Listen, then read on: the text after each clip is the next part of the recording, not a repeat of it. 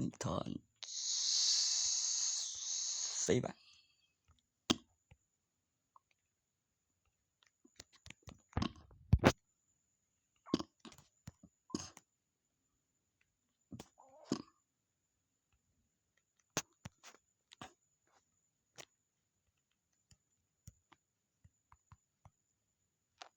4 บาท2 ข้างในคอกยังครบแล้วเอา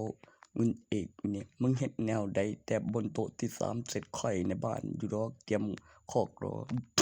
แต่ตรงใสนี่บ่โต๊ะที่4นี่มันออกมาเพราะอะไรใครอธิบายได้แล้วได้กำไรมาพอแต่ไม่ได้มาฟรี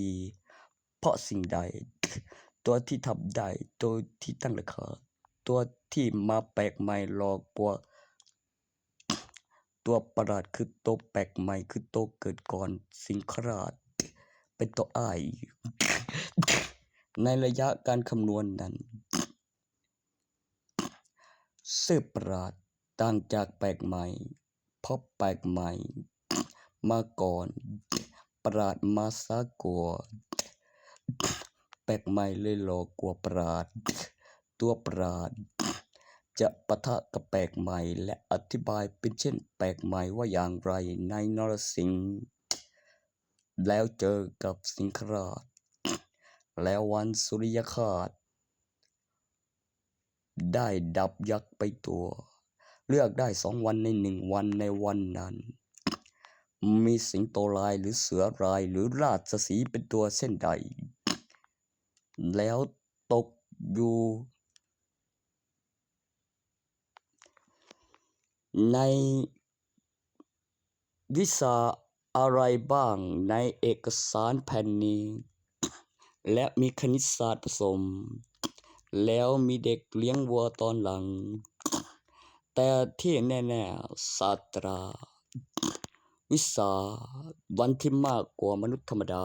เป็นชั่วโมงเพราะมีห้อง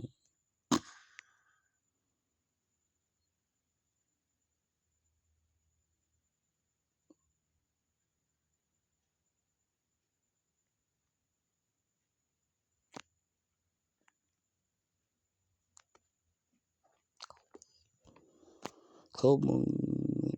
ห้ามยังว่าถึง3ออกมาเส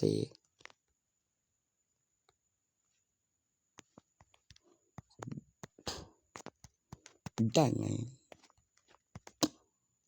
แบบซาใครเขาก็เงินเบิด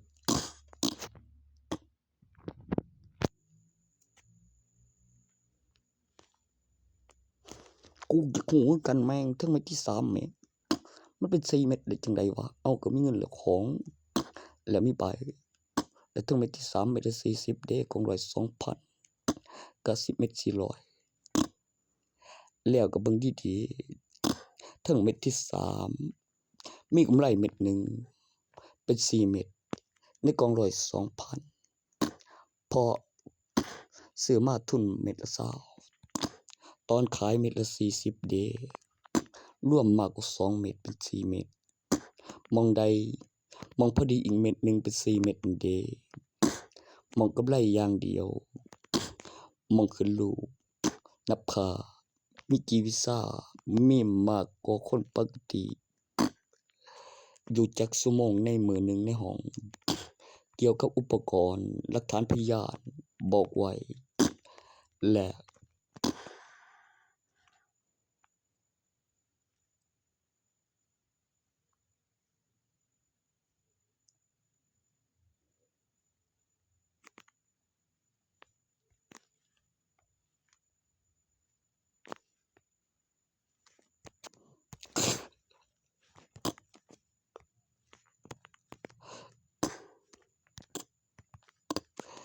มาแรก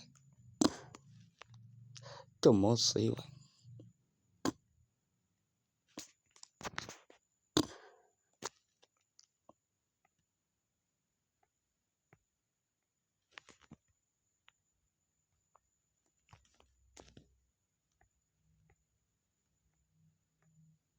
เจ้าหมอสีว่าถึงเห็นกำไรถึง3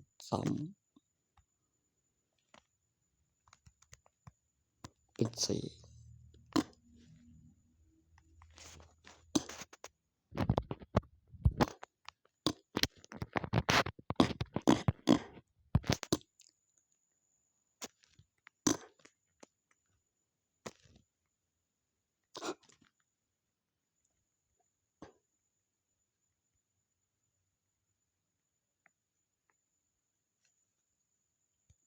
เธอคิดบทประกามึง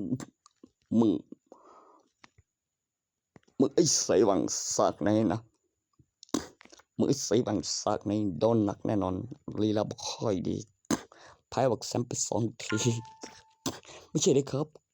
ข้ามวันข้ามคืนแบบนิทานถล่มกันแล้วราชสีห์วิ่งเข้าเด็ดหัวก่อนตอนหน้าต่อตานรสิงห์ที่เด็ดยักษ์มาก่อนวันเดียวปรับใหม่ทั้งดวงปรับใหม่ทั้งจักรวาลข้าผู้เดียว ร่างอวตารพระนารายณ์ราชสีห์จะเจอหน่อยจะใช้เสือให้แต่งเมียจะแน่กว่าประหลาดเพราะแปลกใหม่ไอ้หลอกกู